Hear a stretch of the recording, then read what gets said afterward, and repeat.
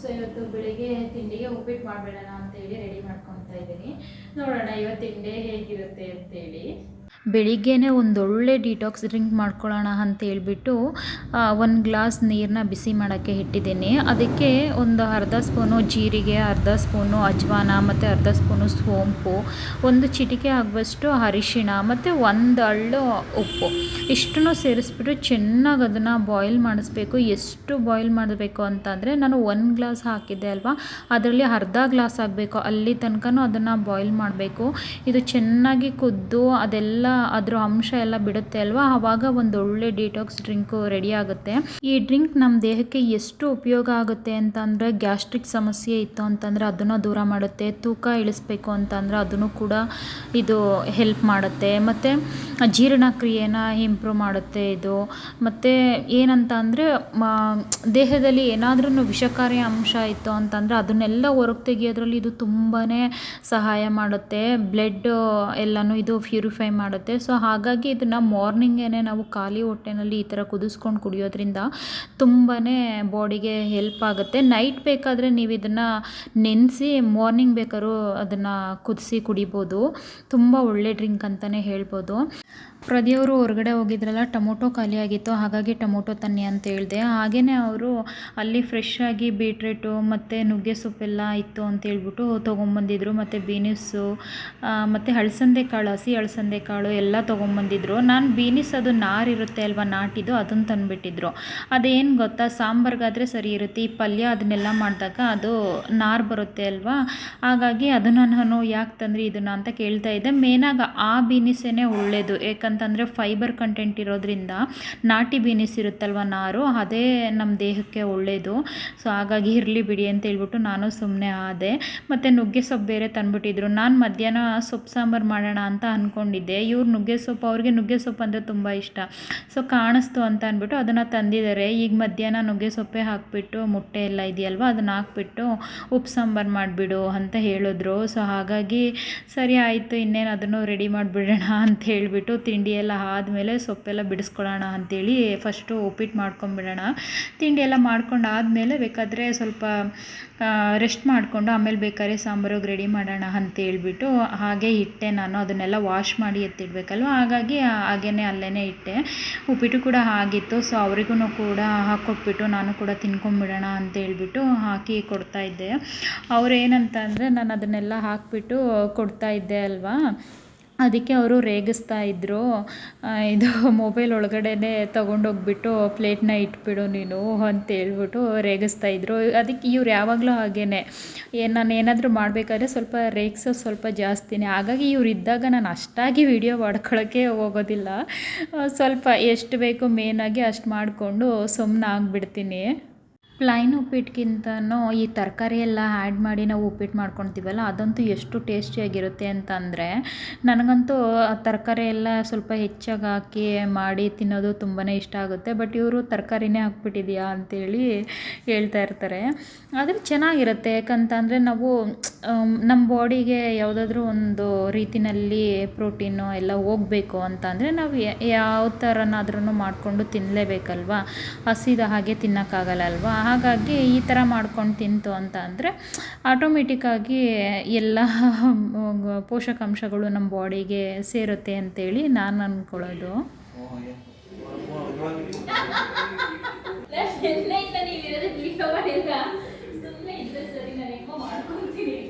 ನೋಡಿ, ನಾನು ಇದಕ್ಕೇನು ಅವರಿದ್ದಾಗ ವೀಡಿಯೋ ಮಾಡೋಕ್ಕೋಗಲ್ಲ. ನೋಡಿ, ಅದು ತಿಂಡಿ ಪ್ಲೇಟು ಯಾವ ಥರ ಇದೆ ನೋಡಿ ಅಂತೇಳ್ಬಿಟ್ಟು ನಾನು ಕ್ಯಾಮ್ರಾಗೆ ತೋರಿಸ್ತಾ ಇದ್ನ. ಅದಕ್ಕೆ ಅವರು ರೇಗಿಸ್ತಾ ಇದ್ರು, ಮೊಬೈಲ್ನೇ ತೊಗೊಂಡೋಗ್ಬಿಟ್ಟು ಫೋನ್ ಒಳಗಡೆ ಇಟ್ಬಿಡೆ, ತಿಂಡಿ ಪ್ಲೇಟ್ನ ತೊಗೊಂಡೋಗ್ಬಿಟ್ಟು ಫೋನ್ ಒಳಗಡೆ ಇಟ್ಬಿಡೆ ಅಂತ ರೇಗಿಸ್ತಾ ಇದ್ರು.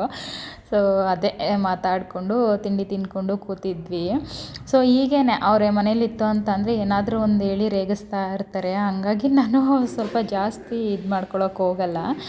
ಸೊ ಇವಾಗ ಅವರು ತರಕಾರಿ ಎಲ್ಲ ತಂದಿದ್ರಲ್ವ, ತಿಂಡಿ ಎಲ್ಲ ಆದಮೇಲೆ ಸ್ವಲ್ಪ ಹೊತ್ತು ರೆಸ್ಟ್ ಮಾಡಿಬಿಟ್ಟು ವಾಶ್ ಮಾಡಿಬಿಡೋಣ ಅಂತೇಳಿ ಮಾಡ್ಕೊತಾ ಇದ್ದೆ ತರಕಾರಿನೆಲ್ಲ. ನನಗೇನು ಗೊತ್ತಾ, ಈ ಕ್ಯಾಮ್ರಾದಲ್ಲಿ ಆ ತರಕಾರಿಗಳನ್ನೆಲ್ಲ ನೋಡೋಕ್ಕೆ ನನಗೆ ಒಂಥರ ಖುಷಿ ಅಂತ ಅನಿಸುತ್ತೆ, ಕಲರ್ಫುಲ್ಲಾಗಿ ಕಾಣಿಸ್ತಾ ಇರುತ್ತಲ್ವ. ಹಾಗಾಗಿ ಅವಾಗೆಲ್ಲ ಒಂದೊಂದು ವೀಡಿಯೋ ಮಾಡ್ಕೊಂಬಿಟ್ಟಿರ್ತೀನಿ ನಾನು. ಎಲ್ಲ ತೊಳೆದಾದ್ಮೇಲೆ ನಾನು ಈ ಥರ ಒಂದು ಕಾಟನ್ ಟವಲ್ ಇಟ್ಕೊಂಡ್ಬಿಟ್ಟಿದ್ದೀನಿ. ನಾನು ಈ ತರಕಾರಿ ಹಾಕೋಕ್ಕೆ ಅಂತಲೇ ಇಟ್ಕೊಂಡ್ಬಿಟ್ಟಿದ್ದೀನಿ. ಸಾಫ್ಟಾಗಿದೆ ಅದು. ಅದ್ರ ಮೇಲೆಲ್ಲ ತೊಳೆದು ಇಟ್ಬಿಡ್ತೀನಿ. 1-2 ಅವರ್ 3 ಅವರು ಬಿಡ್ತೀನಿ ನಾನು. ನೀಟಾಗಿ ಎಲ್ಲ ಡ್ರೈ ಆಗಿರುತ್ತೆ ಅಲ್ವಾ, ಆಮೇಲೆ ನಾನು ಫ್ರಿಜ್ಜಿಗೆ ಬಾಕ್ಸ್ಗೆ ಹಾಕಿ ಸ್ಟೋರ್ ಮಾಡಿ ಇಟ್ಕೊತೀನಿ. ನಾನು ಪ್ರತಿ ಸಲ ಮಾಡಿದಾಗ್ಲೂ ಹೀಗೇ ಮಾಡೋದು. ಮತ್ತು ಕಾರ್ನ್ ತಂದಿದ್ರ ಅದನ್ನು ಕೂಡ ಇತ್ತು, ಅದನ್ನು ಕೂಡ ಬಿಡಿಸ್ಬಿಟ್ಟು ನೀಟಾಗಿ ಎಲ್ಲ ತೊಳೆದು ಎಲ್ಲ ಎತ್ತಿಟ್ಬಿಡ್ತಾ ಇದ್ದೆ. ಇವ್ರು ಎಲ್ಲ ಮಿಕ್ಸ್ ಹಾಕಿಸ್ಕೊಂಬಂದ್ಬಿಟ್ಟಿದ್ರಲ್ಲ, ಹಾಗಾಗಿ ಬೀನಿಸು ಮತ್ತು ಆ ಅಳಸಂದೆ ಕಾಳ್ದು ಇದು ಎಲ್ಲ ಒಂದೇ ಆಗಿಬಿಟ್ಟಿತ್ತು. ಸೊ ಇರಲಿ ಬಿಡಿ, ತೊಳೆದಿಟ್ಬಿಟ್ಟು ಆಮೇಲೆ ಬೇಕಾದರೆ ಬಿಡಿಸಿ ಡಿವೈಡ್ ಮಾಡ್ಕೊಳ್ಳೋಣ ಅಂಥೇಳಿ ಹಾಗೇ ತೊಳೆದು ಇಡ್ತಾ ಇದ್ದೆ. ಮತ್ತು ಇಲ್ಲಿ ನೋಡಿ, ನಾನು ಬೀಟ್ರೇಟ್ದು ಅದು ಮೇಲೆಲ್ಲ ಇದು ಬಂದಿರುತ್ತಲ್ವ, ಅದನ್ನೆಲ್ಲ ನಾನು ಏನು ಮಾಡ್ತೀನಿ ಅಂತ ಅಂದರೆ, ವೇಸ್ಟಾಗಿ ನಾನು ಅದನ್ನು ಬಿಸಾಕೋಕ್ಕೆ ಹೋಗಲ್ಲ. ಅದನ್ನು ನಾನು ಹಸಿ ಇದ್ದಾಗಲೇ ರುಬ್ಬಿಟ್ಟು ತಲೆಗೆ ಹಚ್ಕೊಂಡ್ಬಿಡ್ತೀನಿ. ಈ ಸೊಪ್ಪಿಂದು ಸ್ವಲ್ಪ ಕಾಂಡಗಳೆಲ್ಲ ಇರುತ್ತೆ ಅಲ್ವಾ, ಅದು ಮತ್ತು ಇದು ಎಲ್ಲನೂ ಮಿಕ್ಸ್ ಮಾಡಿಬಿಟ್ಟು ಒಂದು ಮಿಕ್ಸಿಗೆ ಹಾಕಿ ಗ್ರೈಂಡ್ ಮಾಡಿಕೊಂಡು ತಲೆಗೆ ರುಬ್ಕೊಂಡು ಹಾಕ್ಕೊಂಡ್ಬಿಡ್ತೀನಿ. ಅದನ್ನೆಲ್ಲ ವೇಸ್ಟ್ ಮಾಡೋಕ್ಕೆ ಹೋಗಲ್ಲ. ತುಂಬಾ ಒಳ್ಳೆಯದು ಅದೆಲ್ಲ. ಅದರಲ್ಲೇ ನಮಗೆಲ್ಲ ಬೆನಿಫಿಟ್ ಸಿಗೋದು. ಸೊ ಹಾಗಾಗಿ ನಾನು ಅದನ್ನು ತಲೆಗೆ ಹಾಕ್ಕೊಳ್ಳೋಕ್ಕೆ ಅಂತೇಳ್ಬಿಟ್ಟು ಎತ್ತಿಟ್ಕೊಳ್ತಾ ಇದ್ದೆ. ಸೊ ಇವಾಗ ನನಗೂ ಕೂಡ ಅದು ಫ್ಲಾಕ್ಸ್ ಸೀಡ್ಸ್ದು ವಾಟರು ಮತ್ತು ಪಂಪ್ಕಿನ್ ಸೀಡ್ಸ್ ಎಲ್ಲ ತಿನ್ನೋ ಟೈಮ್ ಆಯಿತು. ಸೊ ಹಾಗಾಗಿ ಅದನ್ನು ಕೂಡ ತಿನ್ಕೊಂಬಿಡೋಣ ಅಂತೇಳ್ಬಿಟ್ಟು ತಿನ್ಕೊಳ್ಳೋಕ್ಕೆ ರೆಡಿ ಮಾಡ್ಕೊಳ್ತಾ ಇದ್ದೆ. ಏನು ಗೊತ್ತಾ, ಇದು ನಾನು ಡೈಲಿ ತೊಗೊಳ್ತೀನಿ. ಮಾರ್ನಿಂಗ್ ಬ್ರೇಕ್ಫಾಸ್ಟ್ ಆಗಿ ಒಂದು 1/2 ಅವರ್ ಆದಮೇಲೆ ನಾನು ಫ್ಲಾಕ್ಸ್ ಸೀಡ್ಸ್ದು ವಾಟರ್ನ ತೊಗೋತೀನಿ, ಅಗಸೆ ಬೀಜದ ವಾಟರ್ನ ತೊಗೋತೀನಿ. ತುಂಬಾ ಹೆಲ್ತ್ ಬೆನಿಫಿಟ್ಸ್ ಇದೆ ಇದು. ಹಾಗಾಗಿ ನಾನು ಇದನ್ನು ಬಿಡಲ್ಲ, ತೊಗೊಳ್ತೀನಿ. ಬಟ್ ಇದನ್ನೇನಂತ ಅಂದರೆ, ಇದು ಒಂದು ಸೈಕಲ್ ರೀತಿ ಮಾಡ್ಕೊಂಬಿಟ್ಟಿದ್ದೀನಿ ನಾನು ನೆಕ್ಸ್ಟ್ ವ್ಲಾಗಲ್ಲಿ ಬೇಕಾದ್ರೆ ನಾನು ಅದನ್ನು ನಿಮಗೆ ಎಕ್ಸ್ಪ್ಲೈನ್ ಮಾಡ್ತೀನಿ.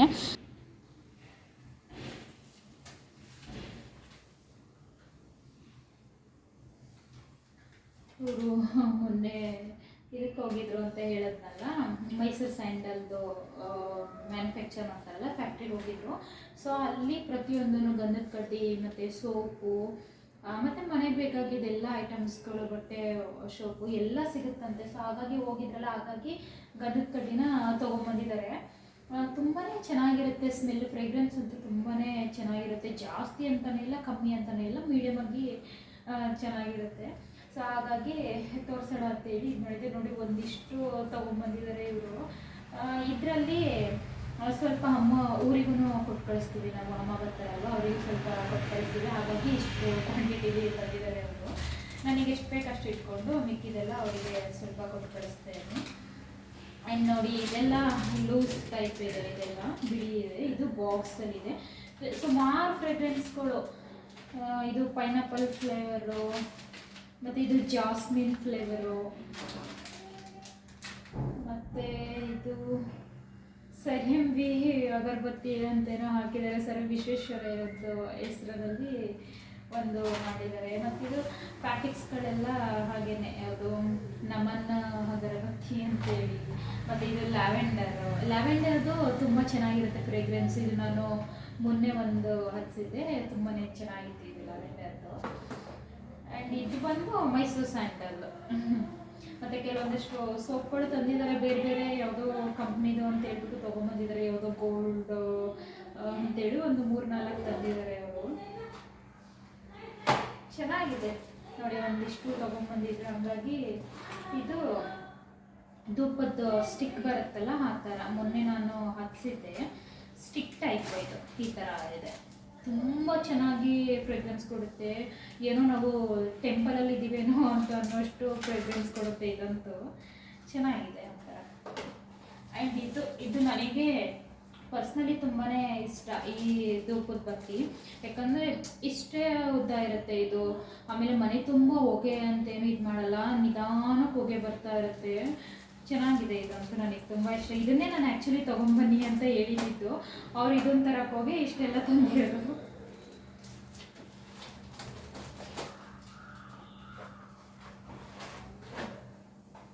ಇದೆಲ್ಲ ಫಾರಿನ್ಗೆ ಮ್ಯಾನುಫ್ಯಾಕ್ಚರ್ ಆಗುತ್ತೆ, ಫಾರಿನ್ ಹೋಗುತ್ತೆ ಅಂತ ಹೇಳ್ತಾ ಇದ್ರು.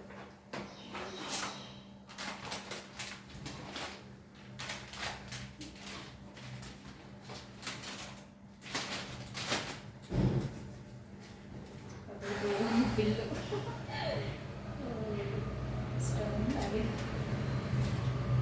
ಇನ್ನು ಮುಸ್ಕಿನ ಜೋಳ ತಂದಿದ್ರಲ್ವ ಅದನ್ನು ಕೂಡ ಬಿಡಿಸ್ಬಿಟ್ಟು ಒಂದು ಬಾಕ್ಸ್ಗೆ ಹಾಕಿ ಎತ್ತಿಟ್ಕೊಂಬಿಡೋಣ ಅಂತೇಳಿ ಬಿಡಿಸ್ತಾ ಇದ್ದೆ. ಇದು ಎಷ್ಟು ಈಸಿ ಗೊತ್ತಾ, ಇಲ್ಲಿ ನೋಡಿ ನಾನು ತೋರಿಸ್ತಾ ಇದ್ದೀನಿ. ಒಂದು ಚಾಕುವಿಂದ ಒಂದು ಲೈನ್ ಇದೆಯಲ್ವಾ ಅದನ್ನು ಫುಲ್ಲು ನೀಟಾಗಿ ತೆಕ್ಕೊಂಬಿಡ್ತು ಅಂತಂದರೆ ಇನ್ನು ಮಿಕ್ಕಿದ್ದೆಲ್ಲ ಇದನ್ನು ಈಸಿಯಾಗಿ ಬಿಡಿಸ್ಕೊಂಬಿಡ್ಬೋದು. ಸೊ ನಾನು ಯಾವಾಗ್ಲೂ ಇದೇ ರೀತಿಯೇ ಮಾಡೋದು, ಎಷ್ಟು ಈಸಿಯಾಗಿ ಬರುತ್ತೆ ಅಂತಂದರೆ. ಮತ್ತು ಇದನ್ನು ಹಾಗೆ ಇಡ್ತು ಅಂತಂದರೆ ಹಾಳಾಗ್ಬಿಡುತ್ತೆ ಬೇಗನೆ. ಈ ರೀತಿ ಬಿಡಿಸಿ ಒಂದು ಬಾಕ್ಸ್ಗೆ ಹಾಕಿ ಸ್ಟೋರ್ ಮಾಡಿ ಫ್ರಿಜ್ಜಲ್ಲಿ ಇಟ್ಕೊಂಡ್ಬಿಡ್ತು ಅಂತಂದರೆ ತುಂಬ ದಿನದವರೆಗೂ ನಾವು ಆರಾಮಾಗಿ ಸ್ಟೋರ್ ಮಾಡಿ ಇಟ್ಕೊಬೋದು. ಹಾಗಾಗಿ ನಾನು ಪ್ರತಿ ಸಲ ಏನಾದರೂ ತಂದಾಗ್ಲೂ ಕೂಡ ನಾನು ಈ ಥರ ಬಿಡಿಸ್ಬಿಟ್ಟು ಸ್ಟೋರ್ ಮಾಡಿ ಇಟ್ಕೊಂಡ್ಬಿಡ್ತೀನಿ. ಇದರಲ್ಲಿ ನಾನು ಒಂದು ಸಲ ರಾಗಿ ಸೂಪ್ ಮಾಡಿದ್ನಲ್ಲ, ಸೊ ಆ ರಾಗಿ ಸೂಪ್ಗೆ ಈ ಕಾರ್ನು ಮತ್ತು ಬೀನ್ಸು ಮತ್ತು ಕ್ಯಾರೆಟು ಎಲ್ಲನೂ ಸಣ್ಣಕ್ಕೆ ಹಾಕಿ ಅದನ್ನೆಲ್ಲ ಫ್ರೈ ಮಾಡು ಕೂಡ ಮಾಡ್ಕೊಬೋದು. ತುಂಬಾ ಚೆನ್ನಾಗಿರುತ್ತೆ. ಮತ್ತು ಇನ್ನೊಂದು ಏನಂತ ಅಂದರೆ ಪಾಲಕ್ ಜೊತೆನೂ ಕೂಡ ಈ ಕಾರ್ನ್ ಹಾಕ್ಬಿಟ್ಟು ಒಂದು ರೆಸಿಪಿನೂ ಮಾಡ್ಕೊಬೋದು. ಅದಂತೂ ರೈಸ್ ಜೊತೆ ಎಷ್ಟು ಚೆನ್ನಾಗಿ ಕಾಂಬಿನೇಷನ್ ಆಗುತ್ತೆ ಅಂತ ಅಂದರೆ, ಇಲ್ಲಾಂದರೆ ಈಗಲೂ ಕೂಡ ಅದನ್ನೆಲ್ಲ ಬೇಯಿಸ್ಬಿಟ್ಟು ಸ್ವಲ್ಪ ಉಪ್ಪು ಖಾರ ಎಲ್ಲ ಹಾಕ್ಬಿಟ್ಟು ಸ್ನ್ಯಾಕ್ಸ್ ಟೈಪ್ ಆದ್ರೂ ತಿನ್ಕೊಂಬಿಡ್ಬೋದು. ಹಾಗಾಗಿ ನಾನು ಇದನ್ನು ತರಿಸ್ಕೊಂಡು ಸ್ಟೋರ್ ಮಾಡಿ ಇಟ್ಕೊಂಡ್ಬಿಡ್ತೀನಿ. ನನಗಿದು ಒಂದೇ ತುಂಬ ದಿನದವರೆಗೂ ಬರುತ್ತೆ. ನಾನು ಹೇಗೆ ರೆಸಿಪಿ ಮಾಡ್ತೀನಿ ಅದ್ರ ಮೇಲೆ ಡಿಪೆಂಡ್ ಆಗಿರುತ್ತೆ ಅಷ್ಟೇ. ಬಟ್ ಜಾಸ್ತಿ ದಿನ ಅಂತ ಇಡಲ್ಲ, ಸ್ವಲ್ಪ ದಿನದೊಳಗಡೆ ನಾನು ಖಾಲಿ ಅದನ್ನು ಯೂಸ್ ಮಾಡ್ಕೊಂಬಿಡ್ತೀನಿ. ಯಾಕಂದರೆ ಜಾಸ್ತಿ ದಿನ ಇಟ್ಟಷ್ಟು ಕೂಡ ಅದ್ರ ಕ್ವಾಲಿಟಿನೂ ಕೂಡ ಹೋಗ್ತಾ ಇರುತ್ತೆ. ಸೊ ಹಾಗಾಗಿ ನಾನು ಬೇಗನೆ ಖಾಲಿ ಮಾಡ್ಕೊಂಬಿಡ್ತೀನಿ.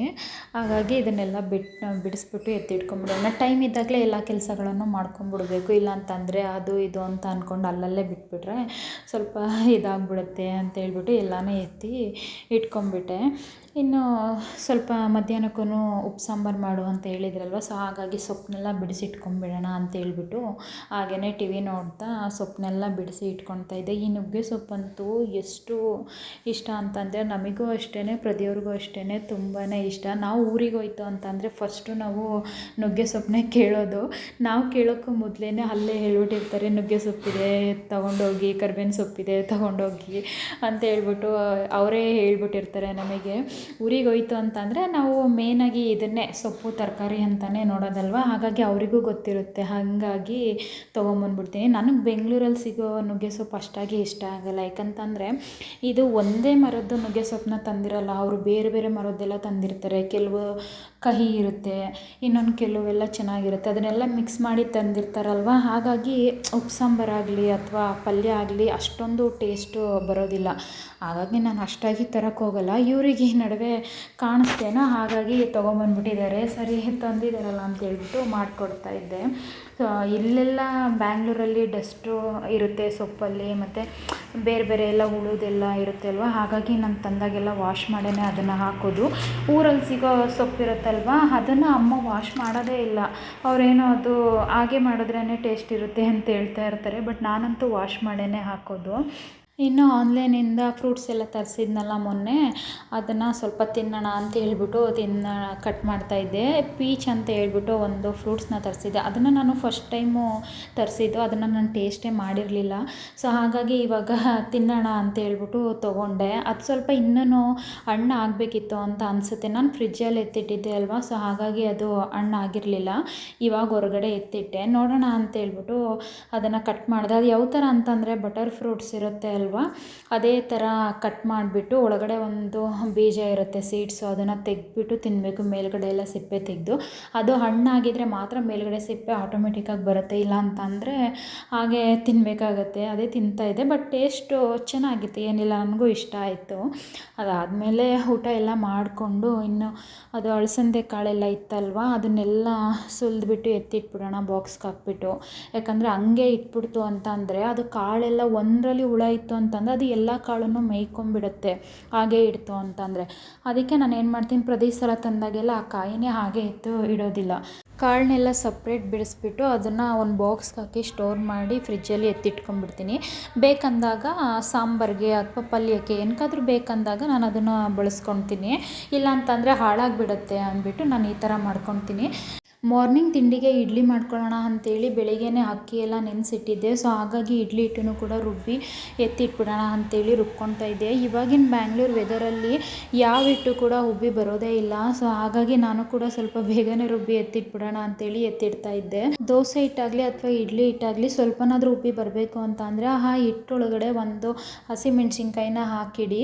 ಅದು ಸ್ವಲ್ಪನಾದ್ರೂ ಉಬ್ಬಿ ಬಂದಿರುತ್ತೆ, ಜಾಸ್ತಿ ಬಂದಿಲ್ಲ ಅಂದರೂ ಸ್ವಲ್ಪನಾದರೂ ಉಬ್ಬಿ ಬಂದಿರುತ್ತೆ. ಈ ಟ್ರಿಕ್ನ ಯೂಸ್ ಮಾಡಿ, ನಾನು ಕೂಡ ಯೂಸ್ ಮಾಡಿದ್ದೆ, ಸ್ವಲ್ಪನಾದರೂ ಉಕ್ಕಿ ಬಂದಿರುತ್ತೆ. ಸೊ ಈ ವ್ಲಾಗ್ನ ನಾನು ಇಲ್ಲಿಗೆ ಎಂಡ್ ಮಾಡ್ತಾ ಇದ್ದೀನಿ. Thank you.